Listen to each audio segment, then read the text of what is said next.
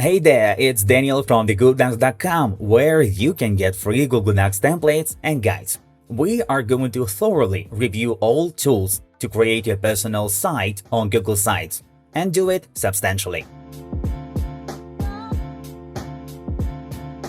The idea of Google Sites is to be the most simple website builder ever, and it absolutely lives up to that idea. To make it clear, Google Sites is meant exclusively for something simple, like team projects, some simple web presentation, event announcement, education purposes, and certainly not for some online shop hosting or anything business-related and complex, like things offered by WordPress, Wix, Squarespace, and others. The most illustrative examples are the company wiki with its guidelines and policies, a team project in the form of a website having corporate documents, meeting calendar, budget, sheets. And one more really nice option is a web work resume and portfolio. Here we overview all tools offered by Google Sites to make you be able to build your perfect website. First up, make sure you are signed in to your Google account. You can check that by going to google.com. And here on the Google homepage, look at the top right corner. If there is your profile picture or an icon with a person, that means you are signed in. If not, there will be the sign in button. Follow the steps and you'll return to Google homepage. The website creation itself starts from your Google Drive. Let's go there by entering drive.google.com in the address bar and confirming. Now on your Drive, on the sidebar on the left, you need this new button. Down to More and select Google Sites.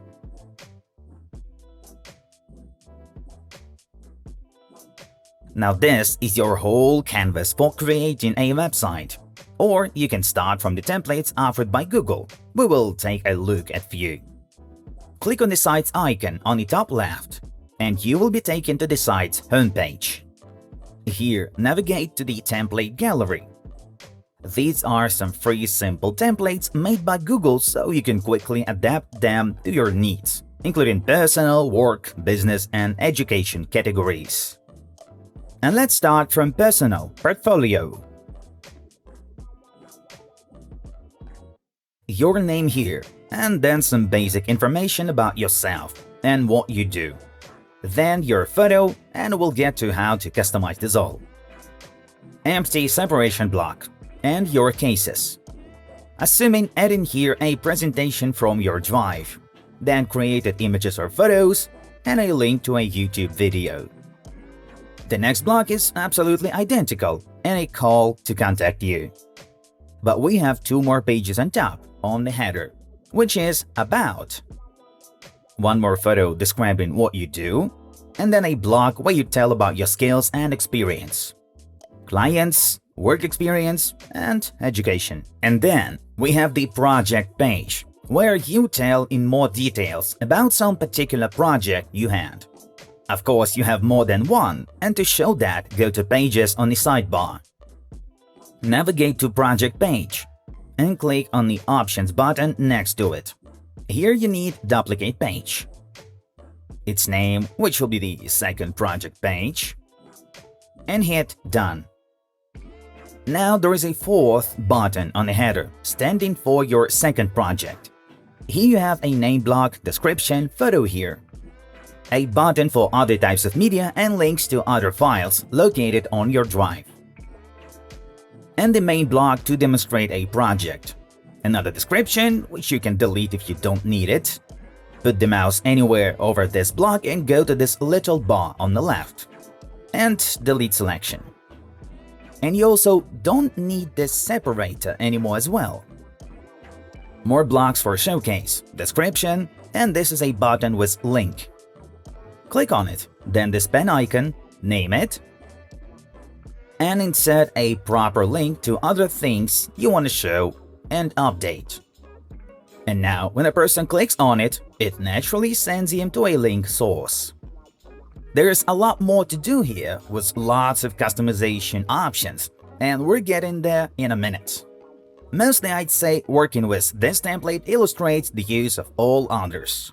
Let's return to other templates. And here inside the work category, you have a few templates as well, like this one for project, where you give a brief overview of your idea with all elements we just went through. Let's return. Event, which actually contains a lot more sections to disclose some event you're gathering people for. But with basically no new elements as well, just made for your quick use.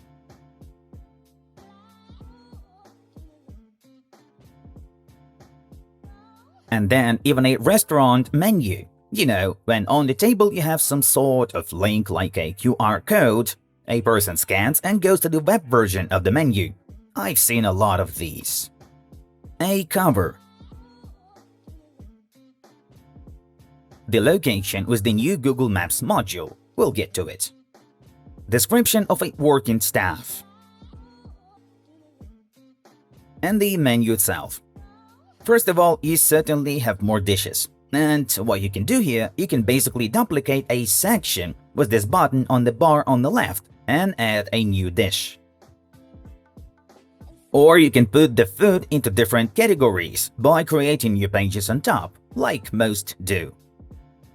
Go to Pages, navigate to Menu, Options, and choose Duplicate Page.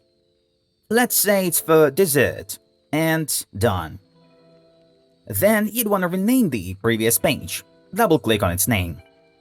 And let's say Main Dishes.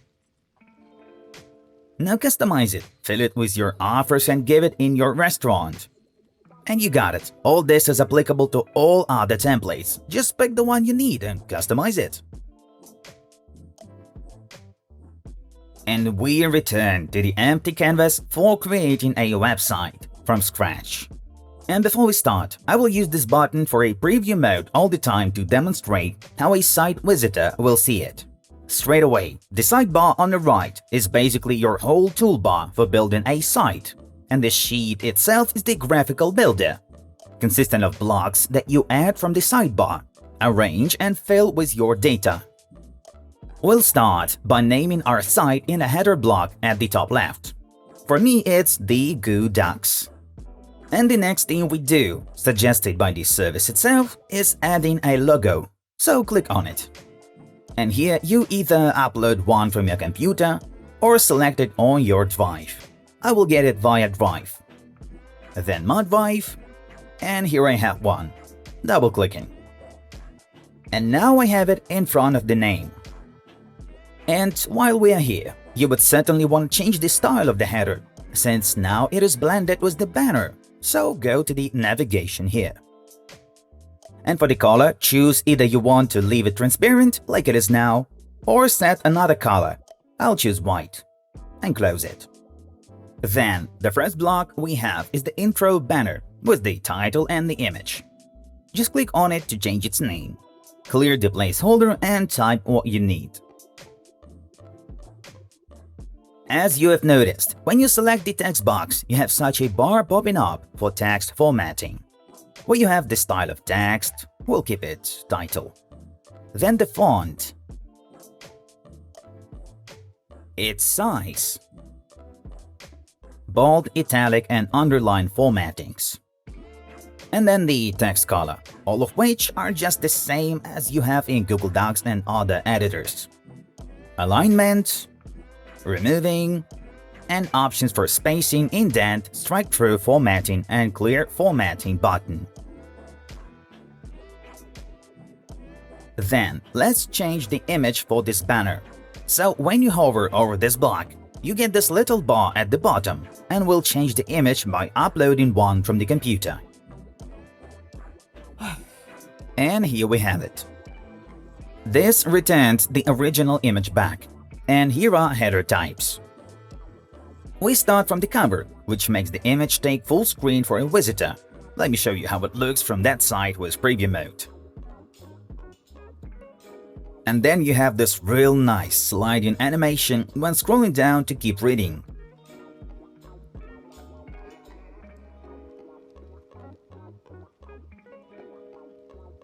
Then the standard large banner, smaller banner, and with no image at all.